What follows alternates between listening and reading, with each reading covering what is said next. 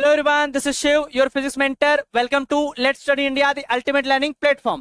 तो बच्चों, Let's Study India आप सभी के लिए लेकर के आया है Atharva batch for BSc physics as well as for BSc biology. यानी कि बीएससी फिजिक्स की अगर हम बात करें तो फिजिक्स, केमिस्ट्री, मैथमेटिक्स और बायोलॉजी में जूलॉजी, बॉटनी, केमिस्ट्री, इन सभी के बैचेस जिसमें आपको बहुत कुछ मिलने वाला है। बहुत कुछ कहने का मतलब यह है कि इन बैचेस में काफी सारी फीचर्स आपको मिलने वाले हैं, लाइक वीडियो लेक्चर्स आपको मिलने वाले हैं, उसके साथ साथ आपको कंटेंट मिलेंगे जो कि आपको पीपीटी के फॉर्मेट में, साथ ही साथ कुछ आपको नोट्स भी मिलेंगे। और इन सबसे ज्यादा इंपॉर्टेंट ये है कि जो भी वीडियो लेक्चर्स है वो बहुत ही कॉन्सेप्चुअल तरीके से आपको समझाए जाएंगे और साथ ही साथ एक एक टॉपिक को बहुत अच्छी तरीके से क्लियर किया जाएगा। फिर भी अगर किसी बच्चे को डाउट रह जाता है कि सर मुझे ये टॉपिक नहीं समझ में आया है, मुझे ये चैप्टर नहीं समझ में आया, तो उसके लिए प्रॉपर डाउट सेशन रखे जाएंगे जिसमें आपको प्रॉपर डाउट सॉल्विंग क्लासेस मिलेंगी। साथ ही साथ one shot as a doubt session जो रहेगा वो भी आपको मिल जाएगा। इसके अलावा अगर किसी बच्चे को ऐसा भी लगता है कि सर मुझे तो अभी ये डाउट पूछना है या मेरा ये डाउट क्लियर है, तो उसके लिए भी फीचर हमने रखा है कि टेलीफोनिक मेंटरशिप, यानी कि जहां बच्चे अपने डाउट को अच्छे से पूछ सकते हैं और उनके डाउट को क्लियर भी किया जाता है। साथ ही साथ यहाँ पे मॉडल पेपर्स की बात होती है कि जब आपके एग्जामिनेशन आते हैं तो आपको क्या किया जाता है कि जो आपके प्रीवियस ईयर क्वेश्चन है उसके सोल्यूशन भी आपको प्रोवाइड किए जाते हैं। ठीक है, तो प्रीवियस ईयर पेपर के अकॉर्डिंग जैसे क्या होता है ना कि प्रीवियस ईयर पेपर जब हम सॉल्व करते हैं तो कहीं ना कहीं हमारे जो सेमेस्टर एग्जाम्स है उसमें एक हमें एडवांटेज मिल जाता है, तो उसके लिए भी प्रॉपर गाइडेंस आपको मिलती है।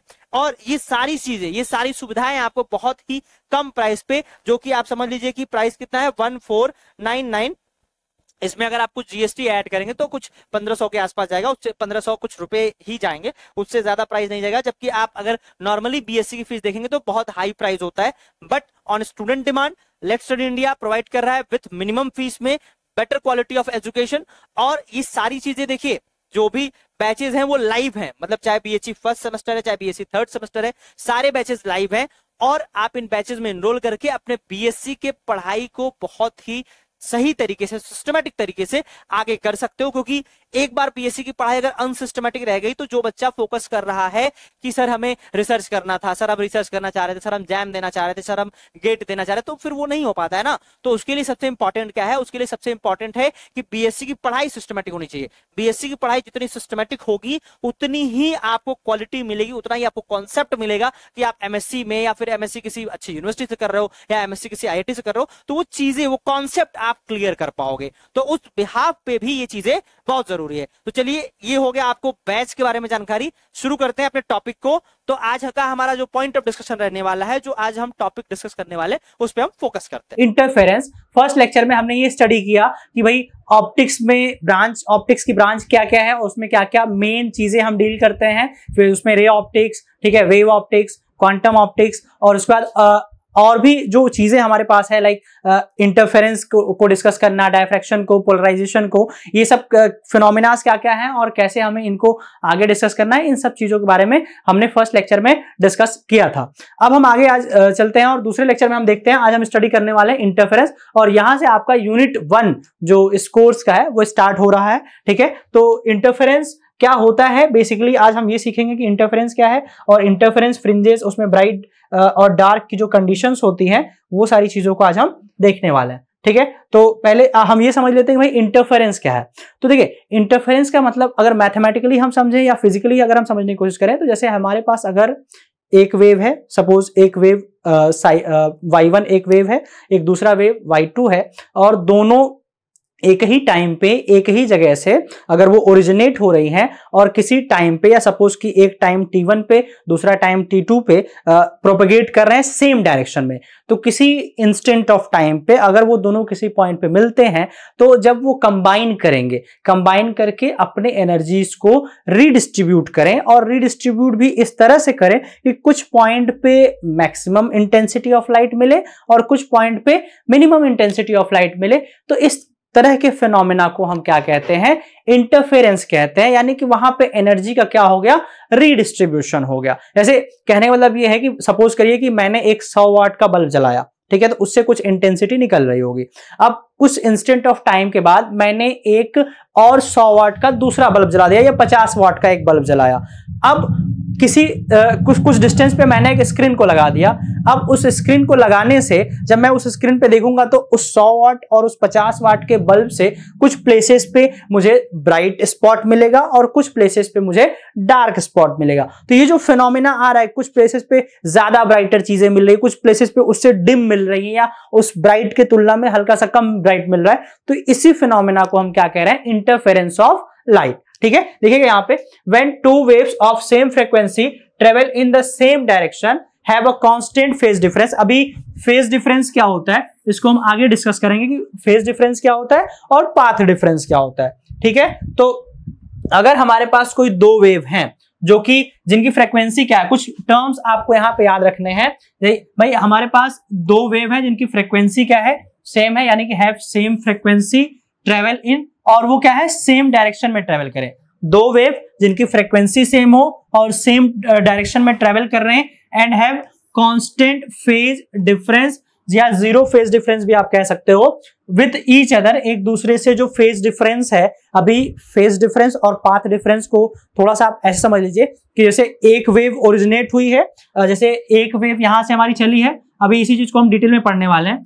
एक वेव ये चली और दूसरी वेव जो हमारी चल रही है वो कुछ टाइम के बाद, सपोज कि इससे थोड़ी टाइम बाद चली, तो यहाँ पे हम देख रहे हैं कि इसका मैक्सिमा यहाँ π/2 पे आ रहा है और इसका मैक्सिमम 0 पे ही आ जा रहा है।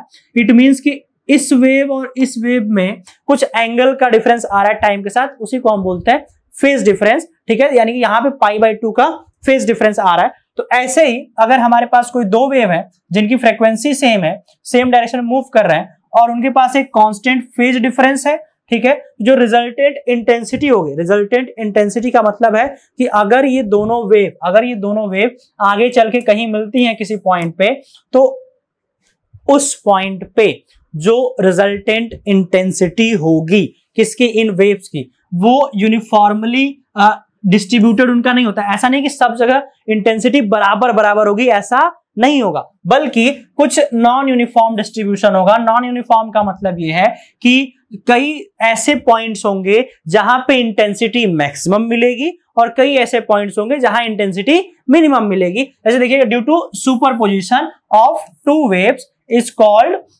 इंटरफेरेंस, यानी कि लाइट की इंटेंसिटी नॉन यूनिफॉर्म तरीके से डिस्ट्रीब्यूट होगी। At some point we obtain maxima, है ना, at some point intensity is maximum, कुछ पॉइंट्स पे इंटेंसिटी मैक्सिमम होगी और कुछ पॉइंट्स पे इंटेंसिटी मिनिमम होगी। तो जहां मैक्सिमम इंटेंसिटी होती है उसे हम बोलते हैं कंस्ट्रक्टिव इंटरफेरेंस, और जहां मिनिमम इंटेंसिटी होती है उसे हम बोलते हैं डिस्ट्रक्टिव इंटरफेरेंस। ठीक है, यानी कि जहां पे हमारी the points where the intensity, the maximum intensity is called constructive interference. Maximum intensity को हम क्या बोल रहे हैं, कंस्ट्रक्टिव इंटरफेरेंस, और जो मिनिमम इंटेंसिटी है उसे हम क्या बोल रहे हैं, डिस्ट्रक्टिव इंटरफेरेंस। ठीक है, ये बातें क्लियर है।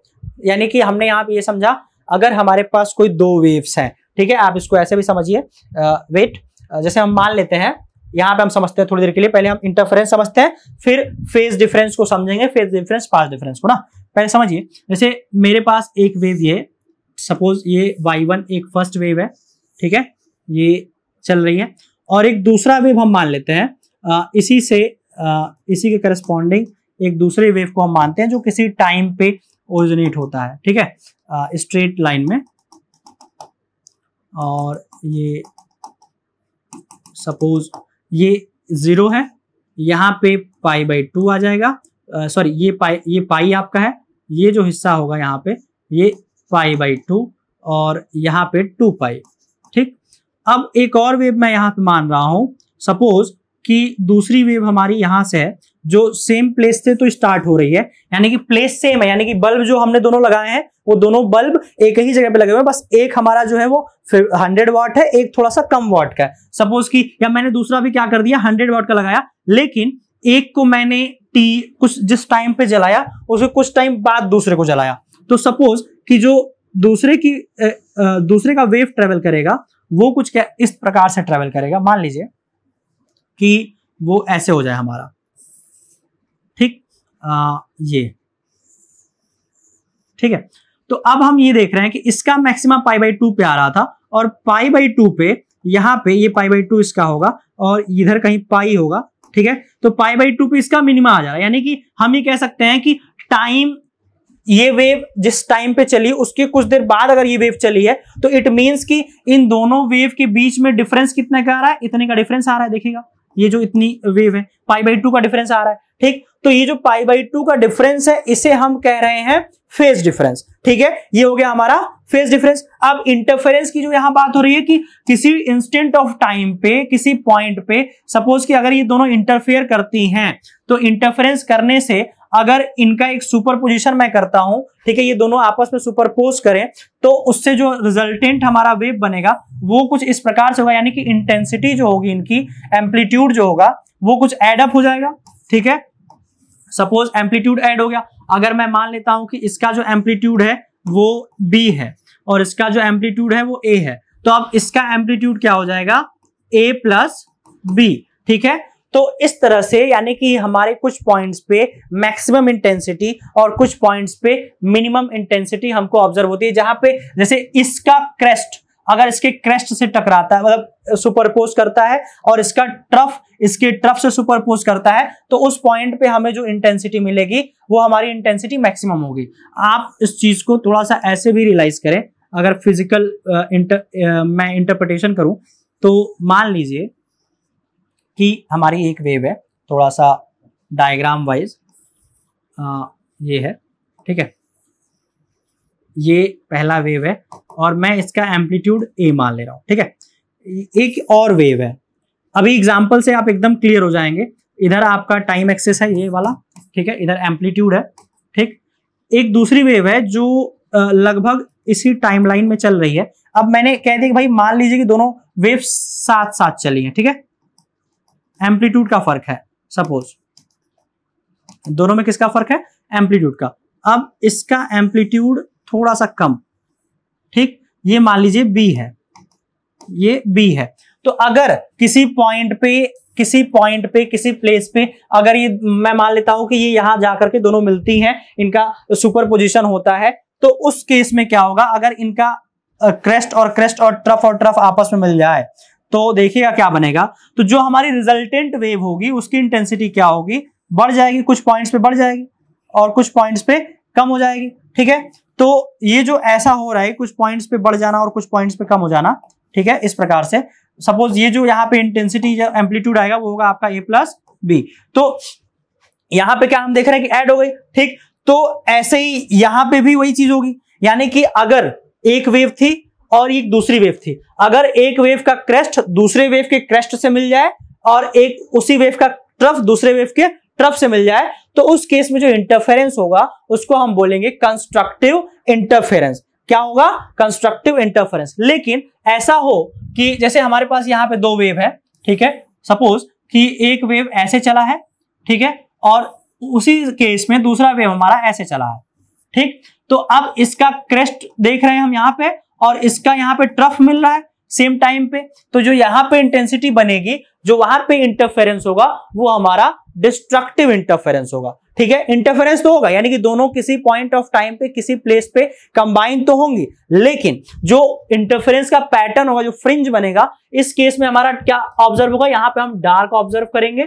क्यों, क्योंकि हम देख रहे हैं कि इसका क्रेस्ट इसके ट्रफ से और इसका क्रेस्ट इसके ट्रफ से, मतलब ये वाला ट्रफ इसके क्रेस्ट से कंबाइन हो रहा है, तो जो यहाँ पे हमको रिजल्टेंट मिलेगा वो कम मिलेगा। और इस केस में क्या मिलेगा हमको, इन दोनों का ऐड होकर यहाँ पे एडिशन की वजह से, क्योंकि इसका क्रेस्ट पहले वाले का क्रेस्ट दूसरे के क्रेस्ट, इसका ट्रफ दूसरे वाले के ट्रफ से कंबाइन हो रहा है, तो जो यहाँ इंटरफेरेंस होगा वो हमारा कंस्ट्रक्टिव होगा और दूसरे केस में जो इंटरफेरेंस होगा वो हमारा डिस्ट्रक्टिव इंटरफेरेंस होगा। तो इंटरफेरेंस यही कहता है कि अगर हमारे पास कोई दो वेव्स हैं जो कि सेम फ्रीक्वेंसी है और सेम डायरेक्शन में प्रोपेगेट कर रहे हैं, देयर में भी पॉसिबिलिटी कि उनके बीच में कुछ फेज डिफरेंस हो ना भी हो, अगर वो किसी पॉइंट ऑफ टाइम पे किसी प्लेस पे कंबाइन करती हैं, किसी टाइम इंस्टेंट ऑफ टाइम पे कंबाइन करती हैं, तो जो वहां पे फिनोमेना होता है उसी फिनोमेना को, जो कंबाइनिंग फिनोमेना है कि एनर्जी का रीडिस्ट्रीब्यूट हो जाना, यानी कई प्लेसेस पे हमको मैक्सिमा मिलना और कई प्लेसेस पे हमको मिनिमा मिलना, उसी को हम बोलते हैं इंटरफेरेंस ऑफ लाइट। ठीक है, ये तो हो गया बात इंटरफेरेंस ऑफ लाइट की। यानी इंटरफेरेंस में हम ये भी देखते हैं कि हमको कहीं ना कहीं फ्रिंजेस जो मिल रही है वो कंस्ट्रक्टिव यानी ब्राइट फ्रिंज मिल रही है, और कहीं ना कहीं जो हमें फ्रिंजेस मिल रही है वो डार्क फ्रिंजेस मिल रही है, यानी कि डिस्ट्रक्टिव इंटरफेरेंस हो रहा है। ठीक है, ये बात हो गई। अब हम ये समझ लेते हैं इसी बात पे कि भाई पाथ डिफरेंस और फेज डिफरेंस एक्चुअली क्या होता है किसी भी वेव में। ठीक है, तो समझिएगा कि भाई पाथ डिफरेंस क्या है और फेज डिफरेंस क्या है। बहुत इंपॉर्टेंट कंसेप्ट है कि what is path difference, what is phase difference. ठीक है, तो मैं इसको एक वेव से समझाता हूं ना। सबसे पहले अगर एक लाइन में आप कहेंगे कि पाथ डिफरेंस अगर डिफाइन करना हो कि व्हाट इज फेज डिफरेंस और what is path difference, the difference between the angles of two waves with respect to time is known as phase difference, and the difference between the linear distance traveled between the two wave is known as path difference। ठीक है, जैसे suppose कि मेरे पास एक wave y1 है, ठीक है, उस वेव को मैं यहां ड्रॉ करूं तो वो वेव कुछ ऐसे है कि ये आपका ऐसे चल रहा है। ठीक, एक दूसरी वेव है, ये सपोज ये वेव हमारी ऐसे है कि अब यहां एंगल जो हम देखते हैं भाई ये टाइम एक्सिस है। ठीक, तो एम्पलीट्यूड वाला हिस्सा है, तो आप अगर वेव में देखें तो ये 0, ये π/2, ये पाई, ये 3π/2 और ये 2π। अब 2π हमारा एक कंप्लीट साइकिल हो गया वेव का। तो इतना जो ये डिस्टेंस होता है इसको लीनियर डिस्टेंस को इसको हम लैम्डा वेवलेंथ बोलते हैं। वेव का क्या होता है, वेवलेंथ होता है। ठीक है, अब अगर हम इस वेव में देखें, अगर मैं एक और वेव बना रहा हूं और ये कुछ ऐसे शुरू हो रहा है, वेट, ये ऐसे गया, ठीक है, मान लीजिए अब ये हमारा है π/2, यहां हमारा आएगा पाई, ये 3π/2, यहां 2π, यहां फिर आगे ऐसे बढ़ता चला जा रहा है, इधर टाइम है। ठीक है, अब यहां पे अगर हम वेवलेंथ देखें तो ये है हमारा वेवलेंथ, यहां से कहीं ना कहीं यहां तक आएगा। ठीक है, या आप इसको ऐसा भी कह लें, एक कंप्लीट साइकिल की बात हो रही है तो यहां से यहां तक। ठीक है, ये लैम्डा। ठीक, तो अब ये पहला वेव है, ये दूसरा वेव है। अगर मैं इस वेव को इसके ऊपर ऐसे रख रहा हूं तो हम क्या पाएंगे, हम ये पाएंगे कि जो ये वाली वेव है ये इससे कुछ आगे चल रही है। ठीक है, यानी कि या आप ऐसे भी कह सकते हो कि भाई जिस टाइम पे ये 0 है ये मैक्सिमम है। अगर मैं इसके लिए टाइम t 0 मान रहा हूं, ठीक है, तो जिस टाइम पे ये वैल्यू 0 थी, ये वैल्यू क्या थी, मैक्सिमम थी। इट मींस कि ये वैल्यू कहीं ना कहीं आगे चल रही इस वेव से, क्योंकि ये 0 पे 0 है और ये 0 पे मैक्सिमम है। तो यहां पे दोनों के बीच में डिफरेंस आ रहा है, और डिफरेंस कितने का है, जो एंगल है अगर टाइम के साथ देखें तो π/2 वाला जो हिस्सा है यही हिस्से का डिफरेंस है दोनों में। तो यानी कि the difference between the angle, यानी कि दोनों वेव में जो एंगल है विद रिस्पेक्ट टू टाइम, उनमें जो डिफरेंस है अगर प्रोपगेट कर रही हैं उसी को हम क्या बोल रहे हैं यहाँ पे, फेज डिफरेंस। ठीक, तो इन दोनों वेव्स में कितने का फेज डिफरेंस आ रहा है हमारे पास, π/2 का। अब जरूरी नहीं है हमारे पास π/2 का ही हमेशा फेज डिफरेंस आए, 2π भी हो सकता है, 3π/2 भी हो सकता है। वो डिपेंड करता है कि आप जो वेव किस टाइम पे दोनों वेव को ओरिजिनेट करा रहे हो। ठीक है, अब दूसरी बात करते हैं। अगर मान लेते हैं सपोज कि मैं इस वेव को स्टार्ट, अगर मैं ये कहूं कि एक दूसरी वेव है जो स्टार्ट हुई है, सपोज कि ये स्टार्ट हुई कुछ टाइम के बाद, ठीक है, और ये भी ऐसे ही स्टार्ट हुई है। ठीक, तो ये 0 से है। ठीक है, अब यहां पे अगेन ये मैं कह रहा हूं कि ये 2π के बाद वाला सीन है, ये वो जो है वो 2π के बाद का सीन है। ठीक, देखिएगा, यानी मैं यहां 0 ना बोल के इसको बोल रहा हूं कि ये 2π है। ठीक, 2π है। ठीक है, तो अगर ये 2π शुरू हो रहा है और ये 0 शुरू हो रहा है, तो अब अगर मैं इन दोनों में डिफरेंस बोलूंगा तो 2π का डिफरेंस आएगा। ठीक है, और लीनियर डिस्टेंस देखें तो जब कोई वेव चल रही है यानी कि 2π क्या फॉर, यहां पे देखिएगा फेज डिफरेंस और पाथ डिफरेंस में एक रिलेशन भी यहां से आता है। अभी तो हम ये देख पा रहे हैं कि फेज डिफरेंस क्या है, कि अगर हमारे पास कोई दो वेव है तो जो एंगल का डिफरेंस उन दोनों में आ रहा है वही हमारा क्या कहलाता है, फेज डिफरेंस। और पाथ डिफरेंस क्या है कि अगर ये लैम्डा चला है एक कंप्लीट ऑसिलेशन के लिए और सपोज कि ये कुछ ज्यादा चल गया, सपोज ये यहां चला है ना, उतने टाइम में मैं अगर एक टाइम इंस्टेंट मान रहा हूं कि किसी इंस्टेंट ऑफ टाइम में ये वेव थोड़ी सी ज्यादा चली है, यहां तक हमारा लैम्डा होता है, ठीक है। टाइम दोनों का अगर मैं सेम देख रहा हूं, सपोज सेम टाइम में, तो ये इतना ज्यादा चल रहा है ना, ये वेव तो यहां तक आ रहा है, यहां तक आ रहा है, ठीक। तो ये जो इतना ज्यादा चला है वेव, यही हमारा बोलता है पाथ डिफरेंस, पाथ डिफरेंस। इसको सिंपल लैंग्वेज में ऐसे समझ सकते हैं, सपोज दो फ्रेंड्स हैं, एक ए है एक बी है। सपोज ए चला है 1 किलोमीटर और बी चला है 1.2 किलोमीटर, ठीक है। इसने पाथ इतना कवर किया, इतने पाथ इतना कवर किया, तो दोनों के बीच में डिफरेंस कितना है, 0.2 किलोमीटर का, ठीक। तो यही हमारा क्या कहलाता है, पाथ डिफरेंस। तो सेम केस यहां पे भी है कि भाई एक वेव किसी टाइम टी में लैम्डा चली, दूसरी wave lambda plus suppose D lambda चला, ठीक। तो दोनों के बीच का डिफरेंस कितना आएगा, डी लैम्डा का डिफरेंस आएगा, कि जितने टाइम में ये लैम्डा चल रहा है उतने टाइम में लैम्डा प्लस डी लैम्डा चल रहा है। तो पाथ डिफरेंस जो होता है वो लीनियर डिस्टेंस का डिफरेंस होता है। किसी भी वेव में जो लीनियर डिस्टेंस अगर दो वेव कवर कर रहे हैं तो जो उनका डिफरेंस होता है that is called path difference. और फेज डिफरेंस सिंपल जो एंगल का डिफरेंस होता है। अब यहां से हम एक बात ये नोटिस कर सकते हैं कि फॉर अगर नॉर्मल अगर हम बिहेवियर देखें, ठीक है, तो फॉर एवरी, ये हमारा पाथ डिफरेंस है, ठीक, कि for 2 pi phase difference, for 2 pi phase difference there is lambda path difference,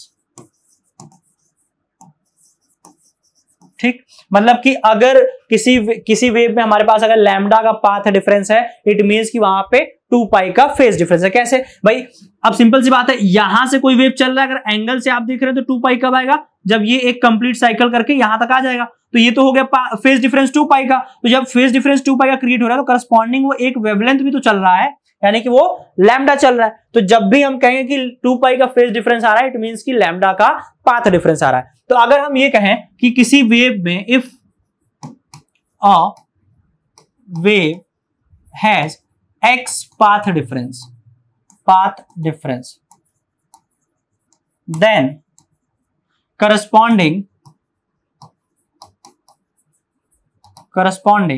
phase difference क्या हो जाएगा, 2 pi by lambda into path difference, ठीक। यानी कि किसी वेव में अगर x का फेज डिफरेंस, पाथ डिफरेंस आ रहा है, तो फेज डिफरेंस कितना हो जाएगा, 2 pi by lambda into path difference, ठीक है। यानी कि यहां से अगर हम फेज डिफरेंस डेल्टा सपोज करें तो delta is equal to 2 pi by lambda into x, ठीक। ये फॉर्मूला आपको याद रखना है कि अगर हमारे पास कोई एक वेव है, ठीक है, उस वेव में अगर उस वेव में सपोज कि x का पाथ डिफरेंस आ रहा है, तो वहां फेज डिफरेंस कितना है, और उस वेव की वेवलेंथ लैम्डा है, तो 2 pi by lambda into x करेंगे तो हमें फेज डिफरेंस पता चल जाएगा कि उन दोनों वेव्स में फेज डिफरेंस कितने का है, अगर आपको पाथ डिफरेंस पता है। और सिमिलरली यहां से अगर आपको फेज डिफरेंस दिया हो तो पाथ डिफरेंस भी हम यहां से कैलकुलेट कर सकते हैं। ये एक बेसिक रिलेशन है। ये इंपॉर्टेंट इसलिए है क्योंकि जब हम आगे अभी डिस्कस करेंगे जितने भी इंटरफेरेंस फिनोमेना होंगे, चाहे वो न्यूटन्स रिंग हो, चाहे वो माइकलसन इंटरफेरोमीटर हो, चाहे फेबरे-पेरॉट इंटरफेरोमीटर हो, चाहे थिन फिल्म इंटरफेरेंस हो, चाहे लॉयल्स मिरर हो, ठीक है, चाहे फ्रिजनेल्स बाइप्रिज्म हो, उन सब में एक कॉमन चीज तो हम हमेशा कैलकुलेट करेंगे कि अगर दो वेव हैं, दोनों का सुपरपोजिशन या इंटरफेरेंस हो रहा है, तो उस इंटरफेरेंस में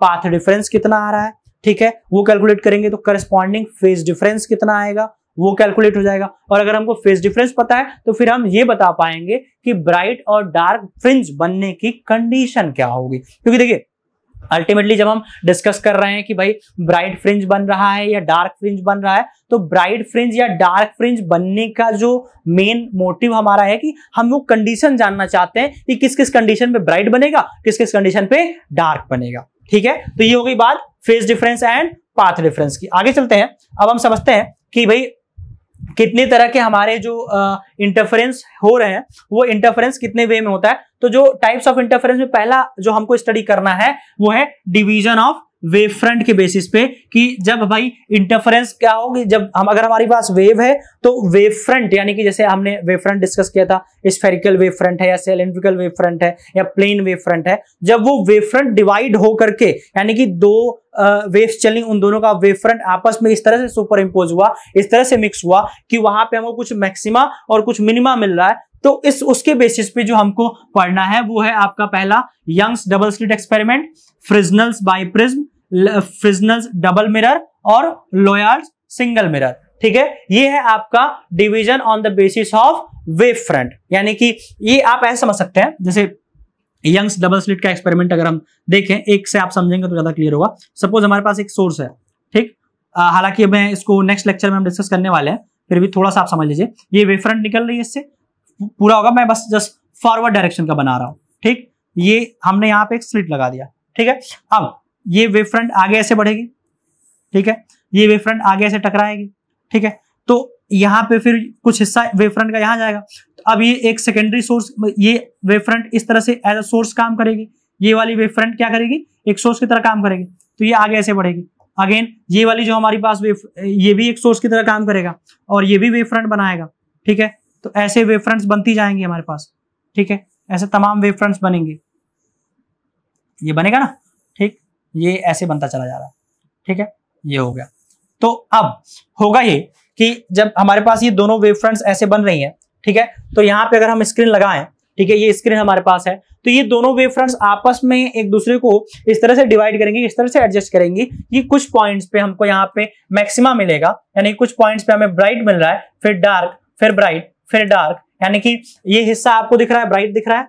ठीक, सपोज फिर ब्राइट, बीच में डार्क, ठीक है, फिर ब्राइट, बीच में डार्क। तो इस तरह से हमको फ्रिंजेस क्या होंगी, मिलती चली जाएंगी। तो ये है आपका डिवीजन ऑफ वेव फ्रंट के बेसिस पे हमको स्टडी करना है इंटरफेरेंस। और आपके जो यहाँ कोर्स में हमें स्टडी करना है वो दो ही स्टडी है, division of wave front, division of amplitude. ठीक है, तो ये रहा पहला division of wave front. Next है डिवीजन ऑफ एम्पलीट्यूड। तो जब एम्पलीट्यूड डिवाइड हो, एम्पलीट्यूड का मतलब कि जब वेव्स हमारी प्रोपेगेट कर रही हो और एक ही वेव क्या हो, डिवाइड हो जाए, रिफ्लेक्शन की वजह से कई सारे वेव्स में बट जा रही है, तो एम्पलीट्यूड जब उसके ऐड होकर के इंटेंसिटी प्रोवाइड कर रहे हैं, उस केस में जो हमारे पास है वो है आपका पहला Michelson interferometer, Newton's ring, parallel with shape और फेवरेपिरॉड इंटरफेरोमीटर। जिसमें से अगर मैं मोस्ट इंपॉर्टेंट कहूं तो ये दोनों आपके मोस्ट इंपॉर्टेंट है, क्योंकि यहां से क्वेश्चंस नियरली हर साल बनते हैं। न्यूटन्स रिंग पे तो क्वेश्चन आता ही आता है, न्यूमेरिकल आएगा या फिर एक्सप्लेनेशन आएगा कि भाई न्यूटन्स रिंग क्या है, उसको एक्सप्लेन करिए और फ्रिंज बनने की कंडीशन को बताइए, डार्क फ्रिंज, ब्राइट फ्रिंज कैसे बनता है उसको बताइए। ठीक है, तो ये बात हो गई भाई डिवीजन ऑफ एम्पलीट्यूड क्या। देखिए इन चीजों को अभी डिटेल में हम लोग पढ़ेंगे, अभी जस्ट हम ये समझ रहे हैं कि इंटरफेरेंस जो हमारा हुआ है उस इंटरफेरेंस में कितने तरह से इंटरफेरेंस हम करा सकते हैं। तो पहला हमने देखा division by wave front method, उसको फिर से पूरा डिटेल पढ़ना है आगे के लेक्चर्स में। और दूसरा है हमारा डिवीजन ऑफ एम्पलीट्यूड, इसको भी आगे के लेक्चर्स में हमें पढ़ना है कि भाई डिवीजन ऑफ एम्पलीट्यूड क्या है, ठीक है, और कौन कौन से टाइप से ये जो हमारे बन रहे हैं इनको कैसे हम आगे समझने वाले हैं। ठीक है, तो मेन है कि भाई न्यूटन्स रिंग और माइकलसन इंटरफेरोमीटर सबसे ज्यादा ये पूछा जाता है, तो इसको आप ध्यान से, मतलब जितनी भी चीजें हैं यहाँ पे आपको उसको बहुत अच्छे से समझना है। और मेन मोटिव आपका ये होना चाहिए कि भाई देखिए हर जितने भी इंस्ट्रूमेंट्स यहाँ पे, चाहे वो माइकलसन हो, चाहे न्यूटन्स रिंग हो, चाहे पैरेलल विद शेप हो, सब में कॉमन आप नोटिस करेंगे, कॉमन चीजें यही नोटिस करेंगे कि भाई सबका हम पहले एक कंस्ट्रक्शन और वर्किंग चीजों को देख करके हम फेज डिफरेंस कैलकुलेट कर रहे हैं, फेज डिफरेंस से पाथ डिफरेंस कैलकुलेट करेंगे, पाथ डिफरेंस से फेज डिफरेंस पे आएंगे, और जैसे ही फेज डिफरेंस कैलकुलेट कर लेंगे हम वहां से फिर condition for bright, condition for dark fringe लगा करके ब्राइट फ्रिंज और डार्क फ्रिंज कैलकुलेट करेंगे, थिकनेस कैलकुलेट करेंगे, फ्रिंज विड्थ कैलकुलेट करेंगे। सारी चीजों में यही मतलब कॉमन चीजें रहेंगी, और वहां से वेवलेंथ कैसे डिटरमाइन करना है ये सारी चीजें कैलकुलेट कर लेंगे। ठीक है, आगे चलते हैं। इसके बाद है जो मेन आपको यहां से देखिएगा कुछ कंडीशंस हमें पढ़ना है कि भाई क्या कंडीशंस होती हैं। एक उसमें उससे पहले कोहेरेंट और इनकोहेरेंट। कोहेरेंट और इनकोहेरेंट का मतलब ये है कि जैसे अगर मान लीजिए कि आपके पास कोई दो वेव्स है, ठीक है, जिनका फ्रीक्वेंसी सेम है और अगर या तो कांस्टेंट फेज डिफरेंस हो या तो फेज डिफरेंस ना हो, तो ऐसे वेव्स को हम बोलेंगे कोहेरेंट वेव्स। ठीक है, two sources are said to be coherent if they emit light wave of same frequency, यानी कि उनकी फ्रीक्वेंसी क्या होनी चाहिए, फ्रीक्वेंसी सेम होनी चाहिए। ठीक है, वेट फ्रीक्वेंसी सेम होनी चाहिए, सेम फ्रीक्वेंसी या वेवलेंथ। ठीक है, nearly the same amplitude, amplitude भी सेम हो, and always in phase with each other और कांस्टेंट फेज डिफरेंस। यानी कि अगर हमारे पास कोई दो वेव हैं, ठीक है, सपोज कि आपने 200 वाट के बल्ब जलाया और दोनों को एक ही साथ जलाया और मान के हम ये चल रहे हैं कि दोनों में same kind of wave generate हो रही है और सेम तरह से प्रोपेगेट कर रही है, दोनों के एम्पलीट्यूड में कहीं से भी कोई कमी नहीं। ऐसा नहीं होना चाहिए कि 100 वाट के बल्ब को ज्यादा करंट मिल रहा है तो वो ज्यादा तेजी से ग्लो कर रहा है और एक थोड़ा कम करंट मिल रहा है तो वो कम ग्लो कर रहा है, तो इंटेंसिटी पे फर्क नहीं आना चाहिए। तो उस केस में अगर हमारे पास कोई दो वेव है, सपोज एक पहला वेव है, ठीक है, और ये दूसरा वेव है, ठीक है, अगर मैं मानूं कि दोनों का एम्पलीट्यूड सेम है, ठीक है, तो उस केस में हम ये कह सकते हैं कि जो हमारी यहाँ पे वेव्स है वो क्या है, कोहेरेंट है, ठीक है। और अगर ऐसा कंडीशन फुलफिल नहीं होता है, इट मींस वो क्या है, नॉन कोहेरेंट है या इनकोहेरेंट है, ठीक है। तो ये रहा आपका कोहेरेंट और नॉन कोहेरेंट। कोहेरेंट पढ़ने का रीजन क्या है, क्योंकि हम जो कोहेरेंट की बात करते हैं तो इंटरफेरेंस के केस में जो इंटरफेरेंस होता है, जब हम दो वेव्स ले रहे हैं, एक y1 एक y2, तो वहां पे जब सुपरपोजिशन करा रहा है तो एग्जैक्ट ब्राइट मतलब प्रॉपर ब्राइट और प्रॉपर डार्क कंडीशन को ऑब्जर्व करने के लिए हमारे पास जो वेव्स होने चाहिए वो कोहेरेंट होने चाहिए। क्योंकि भाई अगर कोहेरेंट नहीं है तो समझिए क्या होगा। सपोज एक पहला वेव है, सपोज ये पहली वेव हमारे पास है, ठीक है, जैसे ये है, इसका कुछ एम्पलीट्यूड है, ठीक, ये A1 है, मान लीजिए A1 है, ठीक, ये दूसरा वेव है, ठीक है, इसका एम्पलीट्यूड कुछ ऐसा है, ये सपोज B है या B1 है ना। अब ये दोनों सुपर इम्पोज करते हैं, ठीक, तो होगा ये कि जब ये सुपरपोज करेंगे तो हम कहते हैं एडिशन होता है यहाँ पे, ठीक है। तो एडिशन हो करके ये दोनों A1 प्लस B1 जाएगा, यानी कि ऐसे चला गया और नीचे भी उतना आ रहा है, ठीक।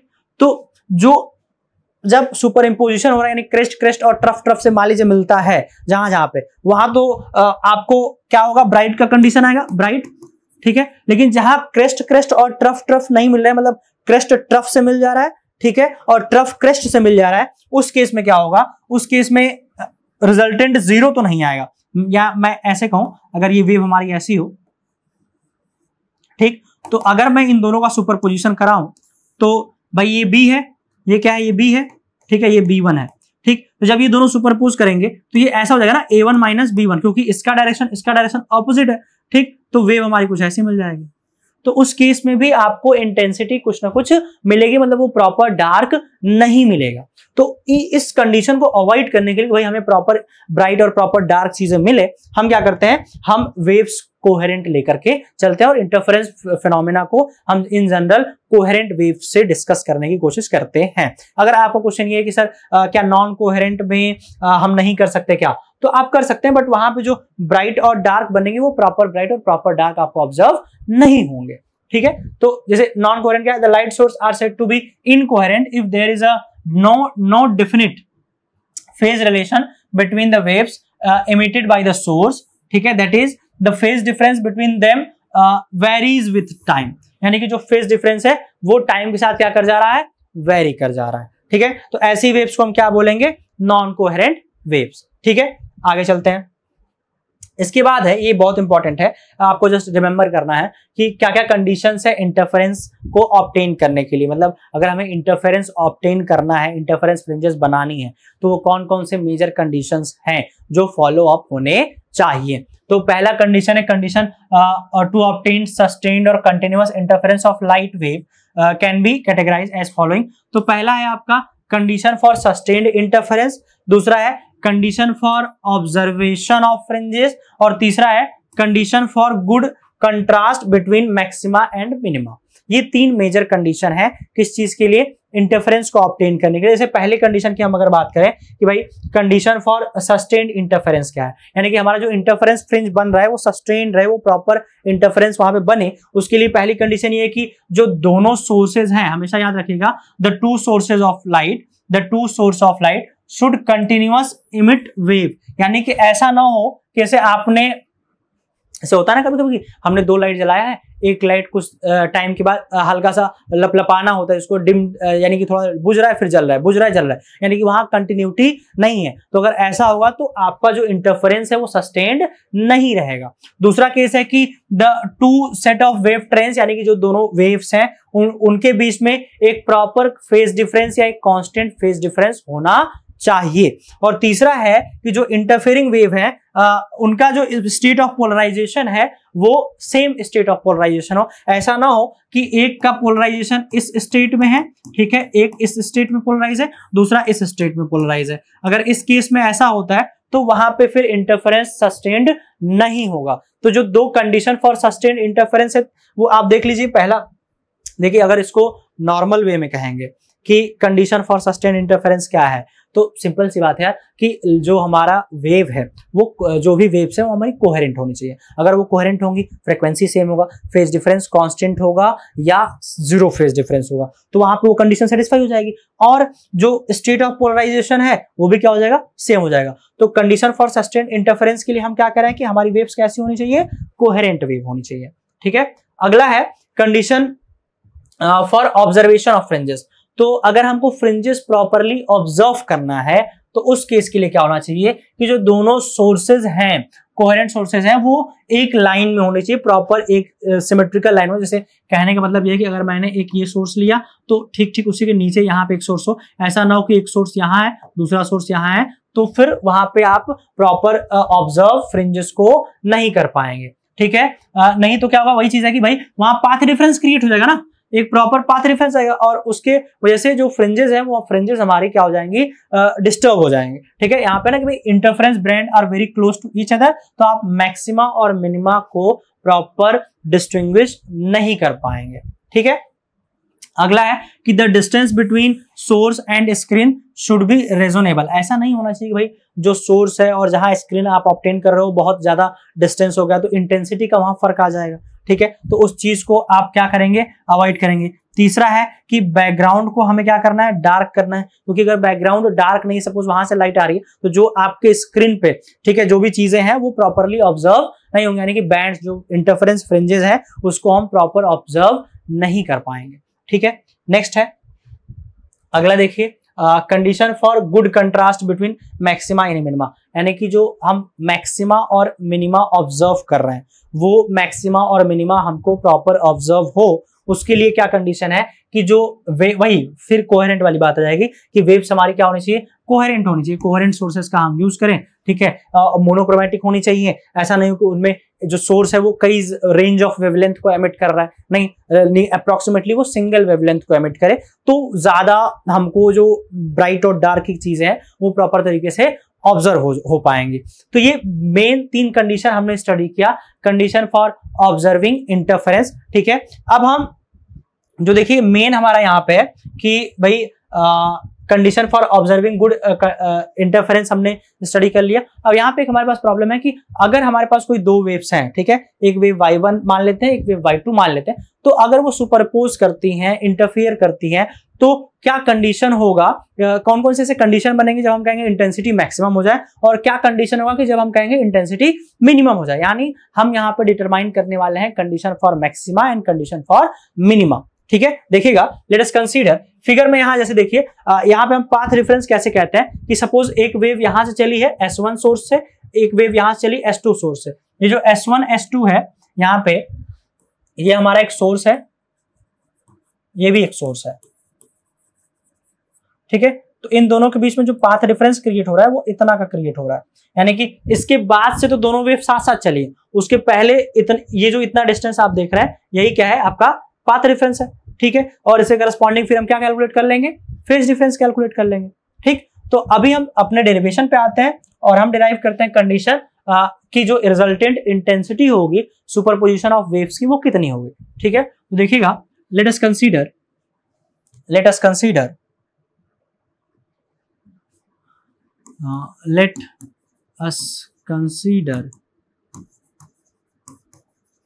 two waves having amplitude A1 and A2 and phase difference delta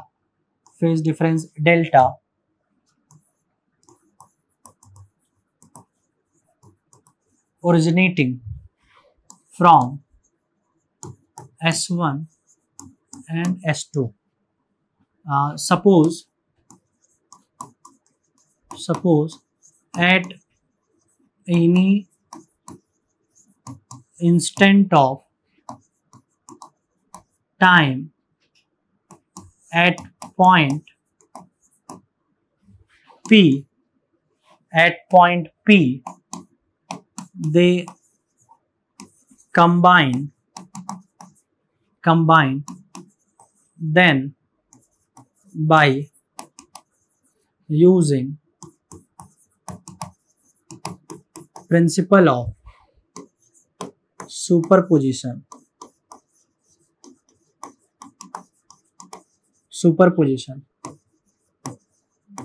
we have, तो मान लेते हैं कि पहली जो वेव है y1 is equal to a1 sine omega t, और जो दूसरी वेव है y2 is equal to a2 sine omega T plus delta. ठीक है, ये हमारी पहली वेव है, y1 is equal to a1 sine omega t, y2 is equal to a2 sine omega T plus delta. Delta यहाँ पे phase difference है, ठीक है, दोनों वेव में। अब बाय प्रिंसिपल ऑफ सुपरपोजिशन, ठीक है, according to principle of superposition, जो रिजल्टेंट वेव होगा y, मैं मान लेता हूं रिजल्टेंट वेव y जो है वो इन दोनों का क्या होगा, एल्जेब्रिक सम होगा, यानी कि y1 प्लस y2, ठीक है, y1 प्लस y2, ठीक है। अब सिंपल काम करना है, मैथमेटिक्स है यहाँ पे, आपको इन दोनों वेव्स का क्या करना है, एक मैथमेटिकल एनालिसिस करना है, और वहां से हम निकालेंगे भाई हमारा जो वेव आएगा वो वेव का फॉर्म कैसा आएगा, फिर वहां से हम इंटेंसिटी पे जाएंगे, ठीक है, एम्पलीट्यूड लेकर के। तो देखिएगा आगे, नाउ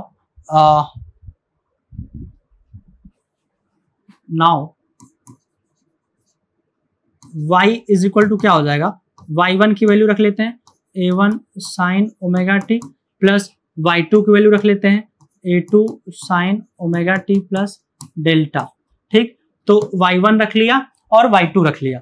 अब इसको थोड़ा सा और सॉल्व कर लेते हैं, देखिएगा ये हो जाएगा a1 sine omega T plus, इसको एक्सपेंड कर लीजिए a2 sine a plus B का फॉर्मूला, तो sine omega T cos delta plus a2 cos omega T sine delta. आ जाएगा भाई, sine A plus B use किए हैं, ठीक, साइन डेल्टा ना। अब साइन ओमेगा टी के टर्म को एक तरफ कर लीजिए और कॉस को एक तरफ, यहां से आ जाएगा साइन ओमेगा टी, अगर मैं करता हूं तो यहां पे आ जाएगा a1 plus a2 cos delta, और प्लस यहां से a2 sine delta cos omega T. ठीक, एक तरफ साइन और इधर कॉस। अब हम यहां पे सपोज कर लेते हैं, लेट, क्योंकि हमको इसको एक वेव का फॉर्म देना है, इसलिए हम चाहते हैं कि कुछ चीजें वेव के फॉर्म में आ जाए, यानी कि हमारा ये रिजल्टेंट वेव इक्वेशन आ जाए। तो let a1 plus a2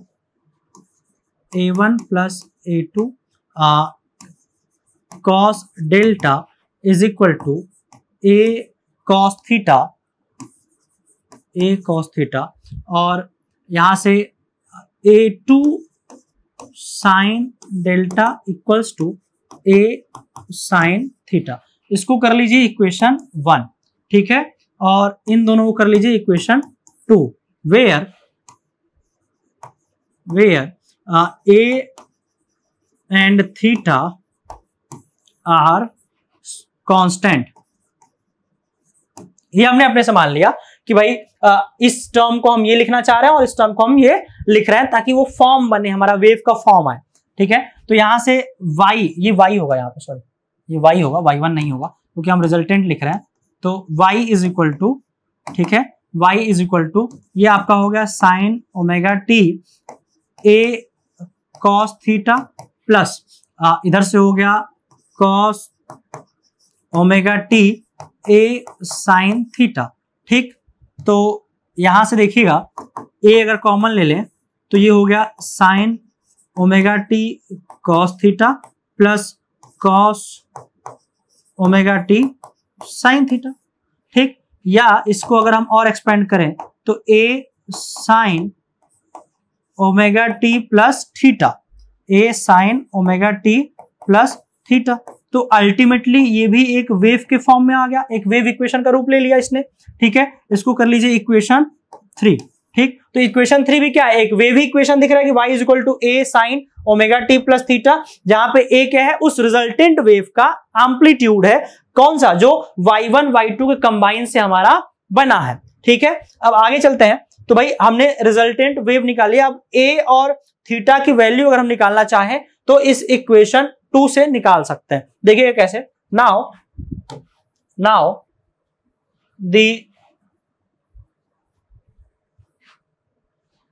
the value of a and theta can be calculated as, तो a और थीटा की वैल्यू हम कैसे कैलकुलेट करेंगे उसको देखिएगा। फर्स्ट ऑफ ऑल हम इन दोनों क्या करते हैं, एक बार स्क्वायर करके ऐड कर देते हैं।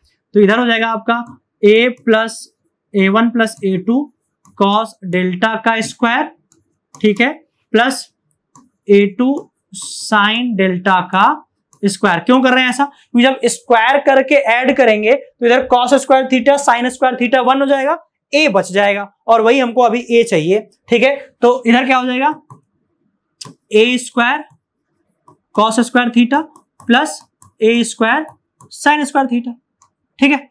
इसी इक्वेशन को हम ऐसे भी लिख सकते हैं, अगर मैं a स्क्वायर कॉमन कर लूं तो इधर हो जाएगा cos square theta plus sine square theta is equal to, इस वाले टर्म को एक्सपेंड कर लीजिए, देखिए क्या हो जाएगा। अगर मैं इसको थोड़ा सा और एक्सपेंड करूं, ये जो टर्म हमारा है इधर, ये हो जाएगा आपका a1 square plus a2 square cos square delta plus 2a1 a2 cos delta, होगा 2a1 a2 कॉस डेल्टा, ठीक। और यहां से हमारे पास a2 square sine square delta होगा plus a2 square sine square delta, ठीक। तो ये तो हो गया 1, तो यहां से आ गया हमारे पास a स्क्वायर। इधर भी देख लेते हैं, तो इधर देखिए a2 square cos square delta a2 square sine square delta, ये भी क्या हो जाएगा 1। तो यानी हमारे पास आ गया a1 square plus a2 square, मैं डायरेक्ट यहां पे यूज कर रहा हूं क्योंकि a2 या a2 कॉमन लेंगे तो cos square delta sign square delta 1 हो जाएगा, प्लस ये टर्म बच जाएगा 2a1 a2 कॉस डेल्टा। तो यहां से a is equals to root over a1 square plus a2 square plus 2a1 a2 cos delta, equation 4। तो ये रही हमारी रिजल्टेंट, जो एम्पलीट्यूड है रिजल्टेंट वेव का, वो हमको मिल गया। This is the resultant, this is the amplitude of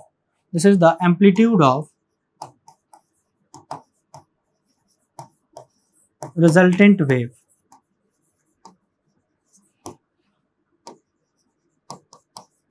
ठीक। तो यहां से अगर मैं थीटा भी कैलकुलेट कर लेते हैं ना, the value of theta can be given as, तो जब हम उन्हीं दोनों इक्वेशन को, जो इक्वेशन 2 में थे, अगर उसको मैं डिवाइड करूं तो tan थीटा आ जाएगा आपका, tan theta is equal to, tan theta कैसे है, sin theta by cos theta, ठीक है। तो ये आपका आ जाएगा a2 sin डेल्टा अपॉन में a1 plus a2 cos delta, ये आ गया आपका tan थीटा। तो हमने tan थीटा भी कैलकुलेट कर लिया, हमने एम्पलीट्यूड भी कैलकुलेट किया, किसका, जो हमारा रिजल्टेंट वेव आया है दोनों वेव के सुपरपोजिशन से, ठीक। अभी हमें कैलकुलेट क्या करना है, इंटेंसिटी कैलकुलेट करना है, रिजल्टेंट इंटेंसिटी, यानी कि ये जो वेव आई है, जो रिजल्टेंट वेव आई है, जिसका एम्पलीट्यूड ये है, उसकी इंटेंसिटी क्या होगी, ठीक है। तो देखिएगा, जैसा कि हम जानते हैं कि जो इंटेंसिटी ऑफ वेव होती है वो प्रोपोर्शनल होती है एम्पलीट्यूड के स्क्वायर के, ठीक है। तो इसी बात को लिख के चलते हैं, as we know that the intensity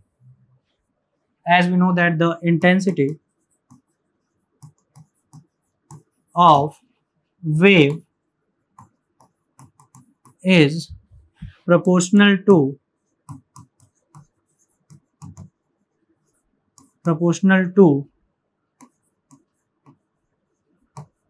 square of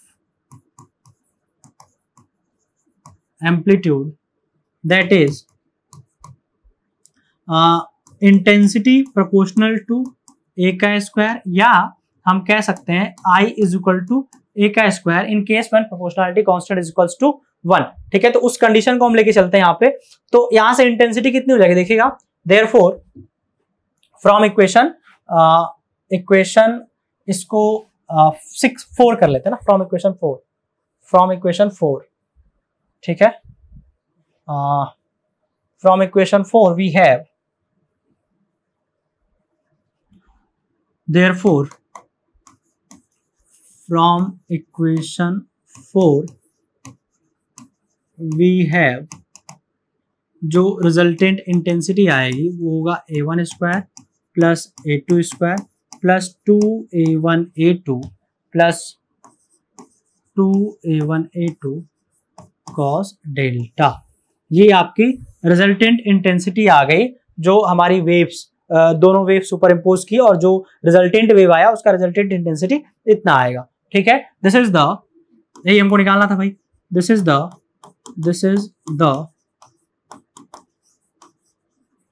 resultant intensity, this is the resultant intensity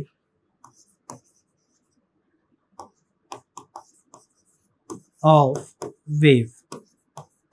ठीक है, अब यहां पे हम एक कंडीशन ये भी लगा सकते हैं कि ये जो डेल्टा आपको दिख रहा है, जो फेज डिफरेंस था, डेल्टा फेज डिफरेंस उन दोनों वेव्स के बीच में, तो कब हम ये कह रहे हैं भाई कब इंटेंसिटी मैक्सिमम मिलेगी, कब इंटेंसिटी मिनिमम मिलेगी, यानी मैक्सिमम और मिनिमम का कंडीशन भी हम यहां से डिराइव कर सकते हैं। तो उसको भी हम देख लेते हैं फटाक से कि केस फर्स्ट है कि for intensity to be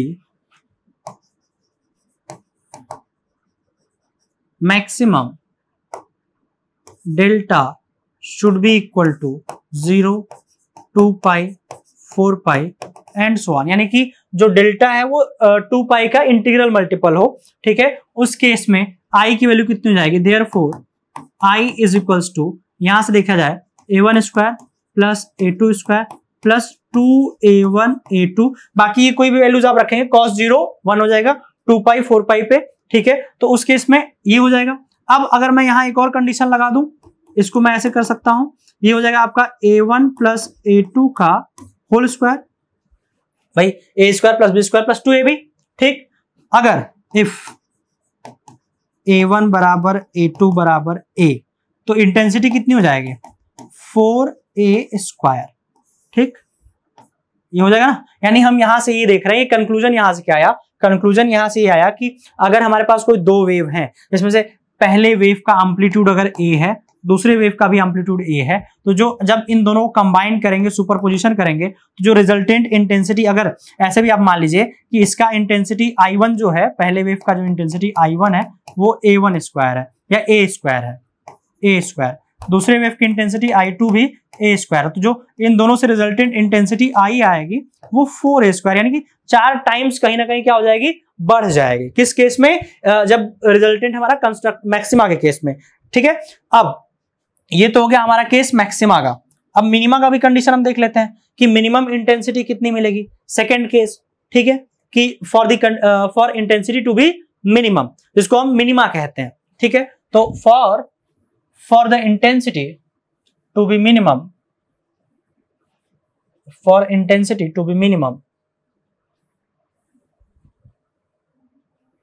case second,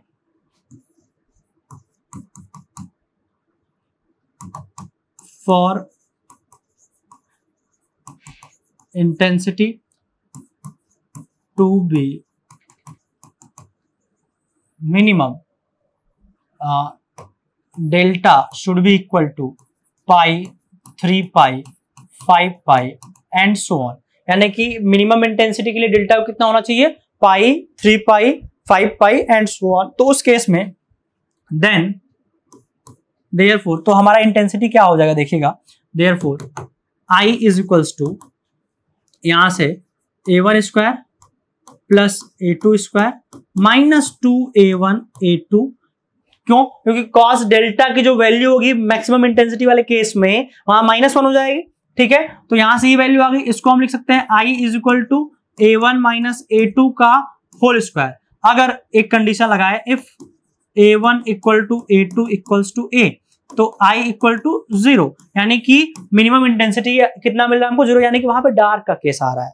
भाई यहाँ पे मैक्सिमम इंटेंसिटी मिल रहा है, ब्राइट का केस, तो ये केस किसका हो गया, डार्क का। इसी को आप बोलते हो डिस्ट्रक्टिव इंटरफेरेंस। ये होता है आपका कंस्ट्रक्टिव इंटरफेरेंस, यानी कि जब ब्राइट फ्रिंजेस बन रही हैं, कंडीशन फॉर ब्राइट फ्रिंज, ठीक है, तो उस केस में जो हमारा इंटरफेरेंस बना ब्राइट यानी कि कंस्ट्रक्टिव बना। दूसरे में जब डार्क बन रहा है तो उस केस में जो हमारा इंटरफेरेंस है डिस्ट्रक्टिव इंटरफेरेंस, ठीक है। तो this is dark condition, dark fringe, ठीक है। यहां पे हमारा कौन सा फ्रिंज होगा, ब्राइट फ्रिंज, ब्राइट फ्रिंज, ठीक है। तो ये दोनों चीजें आपको क्या करना है, याद रखना है कि इंटेंसिटी जो हम डिस्ट्रीब्यूट कर रहे हैं दोनों वेव्स की, कि कब हमारा ब्राइट फ्रिंज बन रहा है, कब हमारा डार्क फ्रिंज बन रहा है, ठीक है। क्योंकि ये बार बार ये चीजें यूज होने वाली है, फर्दर लेक्चर्स में बार बार हम कंडीशन यूज करेंगे कि ब्राइट फ्रिंज की क्या कंडीशन है, डार्क फ्रिंज की क्या कंडीशन है, ठीक है। तो ये आपको याद रखना है अच्छे से, ठीक है। और बाकी देखिए रिजल्टेंट इंटेंसिटी की जब हम बात करते हैं भाई जो रिजल्टेंट इंटेंसिटी हमारी है वो कितनी होगी, क्या होगी, तो इन चीजों को बार बार हमें कैलकुलेट करना है। और ये जो जितनी भी चीजें आप आगे पढ़ने वाले हैं, लाइक अभी इसके बाद यंग्स डबल स्लिट एक्सपेरिमेंट है या लोयर्स मिरर है, ठीक है, फ्रिजनल्स बाइप्रिज्म है, सब में एक ही चीज बार बार कॉमन होगी कि आपको फेज डिफरेंस कैलकुलेट करना होगा, पाथ डिफरेंस से फेज डिफरेंस से condition for bright fringe, for dark fringe, ठीक है। तो ऑप्टिक्स की जब हम बात कर रहे हैं तो जैसे जो भी चीजें आप यहाँ इस कोर्स में पढ़ने वाले हैं, थोड़ा सा मैं आपको जस्ट एक गाइडलाइन के तौर पे बता रहा हूँ कि आपको यहाँ पे फिजिकली वो चीजें ऑब्जर्व तो हो रही है। जैसे इंटरफेरेंस की हम जब बात कर रहे हैं कि दो वेव्स मिल रही हैं, आपस में सुपरइम्पोज कर रही हैं, तो वहां पे इंटेंसिटी का या एनर्जी का रीडिस्ट्रीब्यूशन हो रहा है। तो एक चीज यहाँ पे ध्यान ये देना है कि जो law of conservation of energy है वो प्रॉपर फॉलो होगी। ऐसा नहीं है कि कहीं एनर्जी बढ़ जा रहा है तो आपको लगना चाहिए, ये नहीं लगना चाहिए कि एनर्जी आ कहां से रहा है, क्योंकि जहां का एनर्जी कम हो रहा है वही एनर्जी कहीं तो जा रहा है। यानी कि एक जगह मिनिमम हुआ तो वहां एनर्जी नहीं है, जहां मैक्सिमम हुआ वहां मैक्सिमम एनर्जी है। इट मींस कि मिनिमम वाला ही एनर्जी शिफ्ट होकर कहां गया है, मैक्सिमा के पास। तो ये law of conservation of energy को हमेशा क्या करेगा, फॉलो करेगा। ऐसा नहीं है कि law of conservation of energy follow नहीं होगी, law of conservation of energy follow होगी इंटरफेरेंस के केस में, ये आपको ध्यान देना है, ठीक है। बाकी फर्दर लेक्चर्स में हम डिस्कस करने वाले हैं आगे चीजें। तब तक के लिए पढ़ते रहिए, आगे बढ़ते रहिए और जुड़े रहिए लेट्स स्टडी इंडिया के साथ। जय हिंद।